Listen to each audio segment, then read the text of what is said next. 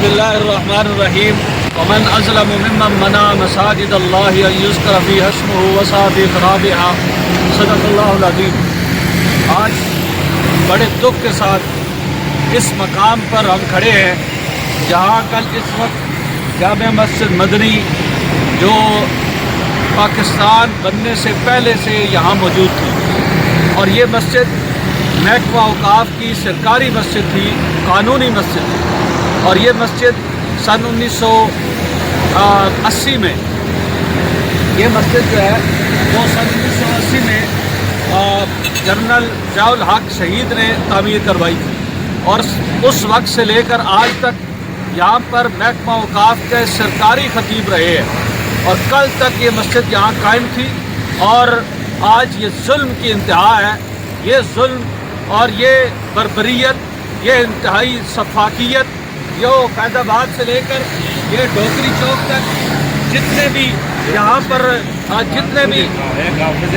جتنے بھی یہاں پر ہوٹل ہیں، سرکاری دفاتر ہیں، اور یہ بڑے بڑے شادی حال ہیں، یہ تمہیں نظر نہیں آتے۔ مسجد تم نے گرائی ہے، اللہ کا گھر گرایا ہے، اور اللہ کے گھر کو گرا کر تم اللہ کے غضب کو دعوت دے رہے ہو۔ اور ان ایام میں جب یہ ملک ہمیں عطا ہوا 14 اگست کو، تم آزادیاں منا رہے ہو۔ یہ آزادی ہے، یہ ظلم کی انتہا ہے۔ اس ظلم کے خلاف انشاءاللہ العزیز ہم ہر حد تک جائیں گے، اور یہ چیئرمین CDA، چیف کمشنر اسلام آباد، اور اسی طرح DC اسلام آباد اور IG اسلام آباد، جنہوں نے راتوں رات اپنی نگرانی میں تم نے اللہ کے غضب کو دعوت دی ہے، شرم اور حیا تمہارے اندر نہیں ہے۔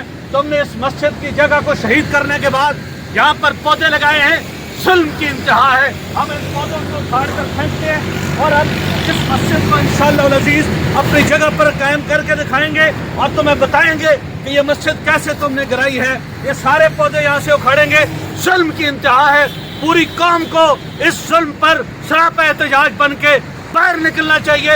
ہم ہر صورت میں اپنی جانوں کے نذرانے پیش کرنے کے بعد اس جگہ پر مسجد تعمیر کریں گے، اور ہماری جانیں چلی گئی، ہمارے بچے قربان ہو جائیں، ہر صورت میں انشاءاللہ العزیز جہاں مسجد کی تعمیر ہوگی۔